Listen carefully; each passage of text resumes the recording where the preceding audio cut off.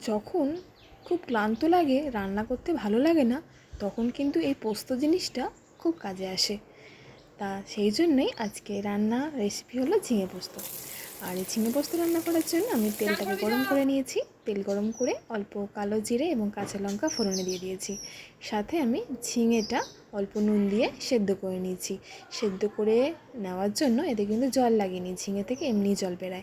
আর আমি আগে থেকে পোস্ত ও দুটো কাঁচা লঙ্কা একটু বেটে রেখেছিলাম, সেটা আমি কিন্তু ঝিঙেটার সাথে মিশিয়ে দিলাম।